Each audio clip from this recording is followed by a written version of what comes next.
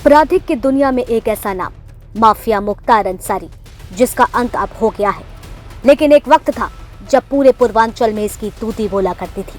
चारों तरफ दहशत के साए में पूर्वांचल की जनता रहने को मजबूर थी। लेकिन एक छात्र कैसे इतना बड़ा अपराधी बन गया? कैसे मुख्तार जुर्म की दुनिया का बादशाह बन गया? ना पुलिस का खौफ, ना मौत का खौफ, खुद को बादशाह समझकर ना जाने कितनों की जिंदगी के साथ खेल गया। और दहशत का इतना सितम कि लोग गवाही तक देने से डर जाते। मुख्तार ने अपनी जुल्म की दुनिया में एक वो धाक जमाई, अगर कोई उसके खिलाफ बोलने की कोशिश भी करता तो उस व्यक्ति को इस दुनिया में रहने का कोई अधिकार नहीं था।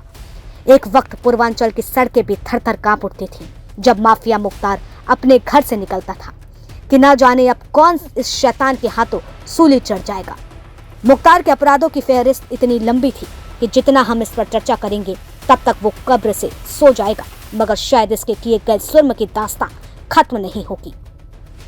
मुख्तार ने सबसे पहले क्राइम की दुनिया में जब कदम रखा, यह बात बहुत कम ही लोग जानते हैं। तब वो एक छोटा छात्र हुआ करता था। तब उसे मखनू सिंह का साथ मिला, जिसके साथ वह छोटे मोटे अपराध किया करता था। मुख्तार को बचपन से ही असहले से खेलना बेहद पसंद था। शायद इसीलिए वो जुर्म की दुनिया में अपना हर कदम रखता चला गया। जुर्म की दास्तां आगे बढ़ती गई और हरिशंकर तिवारी का साथ मिला। बताते चले कि मखनू और साधु से मुलाकात कैसे हुई। किसी बात को लेकर सच्चिदानंद और मुख्तार के पिता के बीच विवाद हो गया। इस बात की खबर जब मुख्तार को लगी तो उसने सच्चिदानंद राय की हत्या का फैसला कर लिया था, मगर तब वह अपने काम को कैसे अंजाम दे इस सोच में पड़ गया था। तब साधु और मखनू से जाकर के उसने मदद मांगी और दोनों ने मुख्तार की पीठ पर हाथ रख दिया। लिहाजा सच्चिदानंद राय की हत्या हो गई। अब वक्त आ गया था गुरु दक्षिणा देने का। साधु और मखनू ने मुख्तार के सामने एक ऐसा प्रस्ताव रखा जिसने पूरे पूर्वांचल में सबसे खौफनाक आपराधिक इतिहास की नींव तैयार कर दी थी। इलाका था सैदपुर का, जहाँ छत्रपाल सिंह और रणजीत सिंह भाई थे। दोनों भाई क्षेत्र में दबंग छवि के थे। लिहाजा साधु और मखनू को ये बात अखर रही थी। वो सैदपुर समेत गाजीपुर के सबसे बड़े दबंग के तौर पर स्थापित होना चाह रहे थे। छत्रपाल और रणजीत सिंह साधु और मखनू की आंखों में खटकने लगे। वर्चस्व की जंग में कुर्बानी का वक्त आ गया था।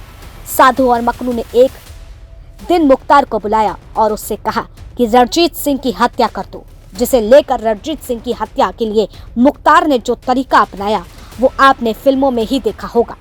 घर के भीतर आंगन में सुराग बनाकर वन शूट में रणजीत ढेर हो गया, जिसके बाद चारों तरफ यह हाहाकार मच गया कि आखिर एक छात्र ने वन शूट एक करके एक आदमी को मौत के घाट उतार दिया। उसके बाद उसके जुर्म का एक वो पुलिंदा बनता चला गया जिसमें खुद मुख्तार इतने आगे आ गया कि वहां से लौटने का तो सवाल ही नहीं उठता। वो जुर्म करता जाता, पुलिस उस पर बाल बाका तक नहीं कर पाती। जो उसके खिलाफ बोलता वो मौत के घाट उतार दिया जाता था। ना जाने कितने जमींदार रंगदारी के अपराध वो करता रहता। लेकिन कहते हैं ना, पाप का घड़ा एक ना एक दिन भरता ही है। और उसकी शुरुआत हुई विधायक कृष्णानंद राय की हत्या से। वो विभत्स हत्या जिसने रूह कपा दी। 500 गोलियों से जब छल्ली करके उनके और 6 दोस्तों को मारा गया, उसके बाद जब परिवारजनों ने हार न मानकर इंसाफ की गुहार लगाते रहे, तब जब वर्तमान समय में देश के रक्षा मंत्री राजनाथ सिंह वाराणसी में धरने पर बैठे और कई बड़े बीजेपी नेताओं ने धरने प्रदर्शन किए, तब जाकर सलाखों के पीछे 2005 में किए गए जुर्म पर उसे जेल हुई। लेकिन तब तक वह अपराध की दुनिया में अपना वर्चस्व स्थापित कर चुका था। जेल के भीतर रह करके भी वो अय्याशी वाली जिंदगी बिताता था। उसके बाद जब सत्ता में बीजेपी आई, तब जाकर इन ब्लैक लिस्ट अपराधियों को जल्द से जल्द सजा देने और कड़े रवैये इनके साथ अपनाने का सिलसिला शुरू हुआ था, जिसमें 95 मुकदमे, 65 गंभीर मुकदमे, 30 मुकदमों में इसके लिए बंद कर दिए गए थे क्योंकि कोई गवाही देने को तैयार नहीं होता था। मगर इन 18 महीनों में 8 मुकदमों में सजा सुनाई गई। लेकिन कहते हैं अंत भला तो सब भला। वक्त लगता है लेकिन फैसला जरूर होता है, धरती पर नहीं तो आसमां में होता है। और इसी के साथ माफिया मुख्तार का हो जाता है दी एंड। और लगातार आपराधिक श्रेणियों में जिस तरीके से उसने अपना वर्चस्व स्थापित किया, वो साफ तौर पर बताता है कि मुख्तार एक माफिया मुख्तार कैसे बना, क्यों पूर्वांचल में उसकी तूती बोला करती थी। लेकिन अब उसका अंत हो गया है।